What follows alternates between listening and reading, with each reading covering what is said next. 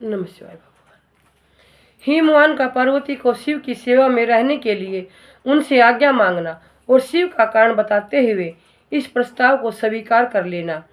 वर्मा जी कहते हैं कि नारद तदंतर शैलराज हिमालय उत्तम फल फूल लेकर अपनी पुत्री के साथ हर्षपूर्वक भगवान हर के समीप गए। वहां जाकर उन्होंने ध्यानपरायण त्रिलोकीनाथ शिव को प्रणाम किया और अपनी अद्भुत कन्या काली को हृदय से उनकी सेवा में अर्पित कर दिया। फल फूल आदि सारी सामग्री उनके सामने रखकर पुत्री को आगे करके शैलराज ने शंभु से कहा, भगवान मेरी पुत्री आप भगवान चंद्रशेखर की सेवा करने के लिए उत्सुक है, अतः आपके आराधन की इच्छा से मैं इसको साथ लाया हूँ। यह अपनी दो सखियों के साथ सदा आप शंकर की ही सेवा में रहें।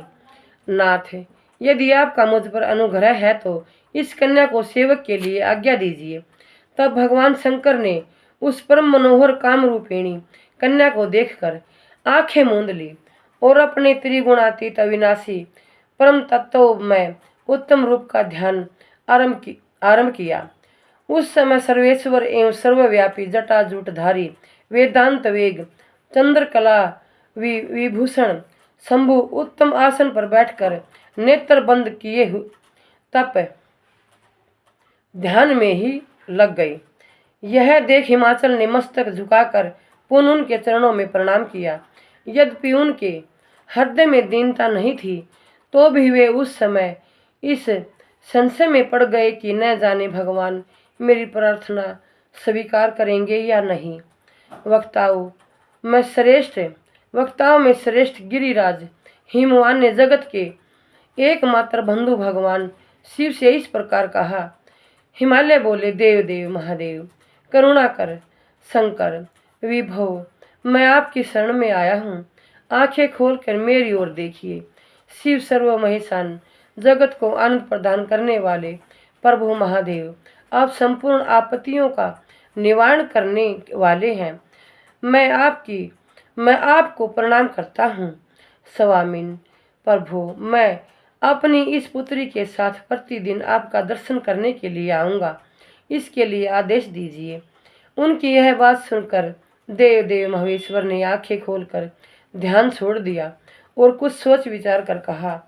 महेश्वर बोले, गिरिराज, तुम अपनी इस कुमारी कन्या को घर में रखकर ही नित्य मेरे दर्शन को आ सकते हो, अन्यथा मेरा दर्शन नहीं हो सकता।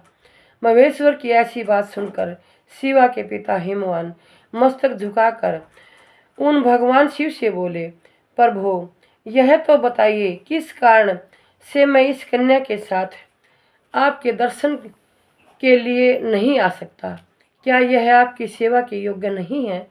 फिर इसे नहीं लाने का क्या कारण है? यह मेरी समझ में नहीं आता।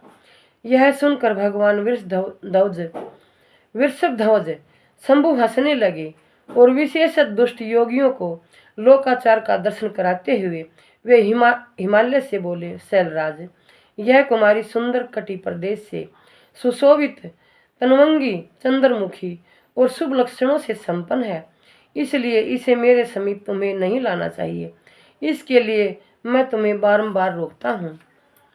वेद के पारंगत विद्वानों ने नारी को माया रूपिणी कहा है।